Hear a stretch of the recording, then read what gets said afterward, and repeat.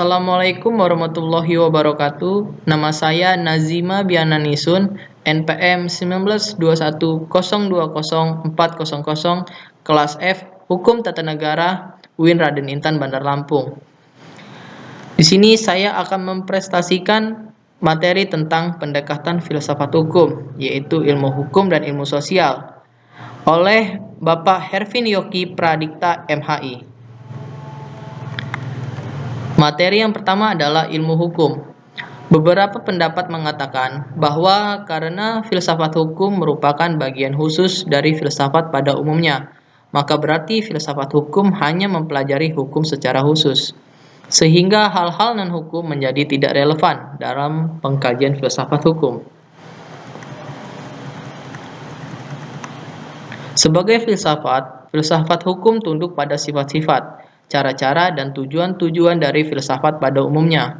Di samping itu, hukum sebagai objek dari filsafat hukum akan mempengaruhi filsafat hukum. Dengan demikian, secara timbal balik antara filsafat hukum dan filsafat saling berhubungan.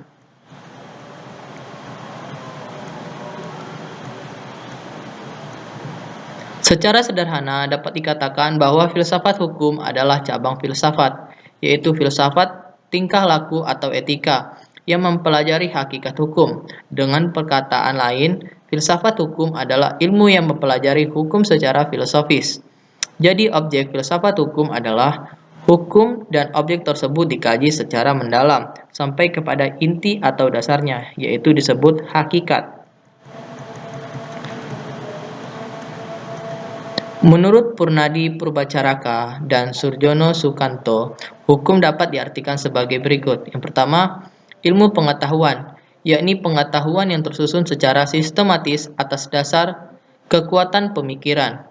Yang kedua, disiplin, yakni suatu sistem ajaran tentang kenyataan atau gejala-gejala yang dihadapi. Yang ketiga, norma, yakni pedoman atau patokan sikap tindak perilakuan yang pantas atau diharapkan. Yang keempat, tata hukum, yakni struktur atau proses perangkat norma-norma hukum yang berperilaku pada suatu waktu dan tempat tertentu, serta berbentuk tertulis. Yang kelima, petugas, yakni pribadi-pribadi yang merupakan kalangan yang berhubungan erat dengan penegakan hukum.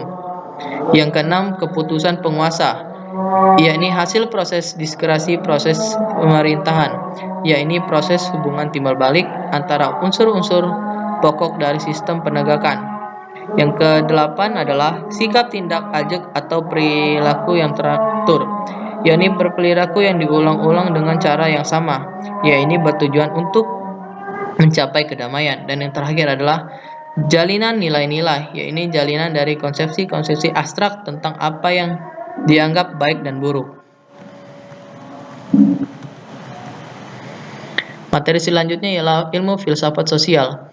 Filsafat sosial merupakan cabang filsafat yang mempelajari persoalan kemasyarakatan secara kritis, radikal, dan komprehensif. Sejak Plato dan Aristoteles, kajian terhadap persoalan-persoalan kemasyarakatan sudah menjadi objek penelitian tersendiri. Menurut Plato dan Aristoteles, susunan masyarakat mencerminkan susunan kosmos yang abadi. Manusia berkewajiban untuk menyesuaikan diri dengan susunan itu dan menaati demi keselamatannya. Kalau tidak, ia menghancurkan dirinya. Pada abad pertengahan, masyarakat Eropa masih memperlihatkan pada pola dasar yang sama, hanya sekedar mengoreksi terhadap paham Plato dan Aristoteles. Paham tentang otonomi kosmos diganti dengan paham heteronominya, yaitu kepercayaan bahwa kosmos tidak berdiri sendiri, tetapi bergantung pada kemahakuasaan Allah. Ketertiban kosmos adalah suatu ketertiban yang telah diciptakan. Selanjutnya, perubahan hukum dan sosial. Proses terjadinya perubahan-perubahan pada masyarakat dunia pada dewasa ini merupakan suatu gejala yang normal yang pengaruhnya menjalar dengan cepat ke bagian-bagian lain di dunia, antara lain berkat adanya komunikasi modern dengan taraf teknologi yang berkembang dengan pesatnya. Penemuan-penemuan baru di bidang teknologi terjadi suatu revolusi, modernisasi, pendidikan, dan lain-lain. Kejadian-kejadian yang di suatu tempat dengan cepat dan dapat diketahui oleh masyarakat-masyarakat lain yang bertempat tinggal jauh dari pusat terjadinya peristiwa tersebut di atas.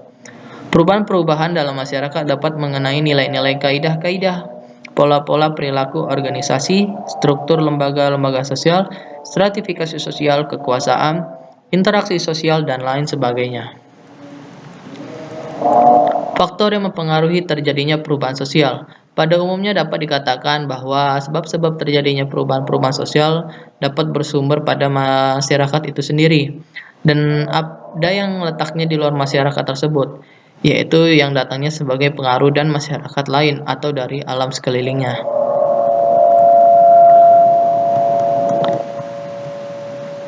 Sebab-sebab yang bersumber dari masyarakat itu sendiri adalah antara lain bertambah atau berkurangnya penduduk, penemuan-penemuan baru, pertentangan dan terjadinya revolusi. Suatu perubahan sosial dapat bersumber pada sebab-sebab yang berasal dari luar masyarakat tersebut, misalnya sebab-sebab yang berasal dari lingkungan alam, peperangan, pengaruh kebudayaan masyarakat lain, dan sebagainya. Sekian presentasi dari saya. Terima kasih. Wassalamualaikum warahmatullahi wabarakatuh.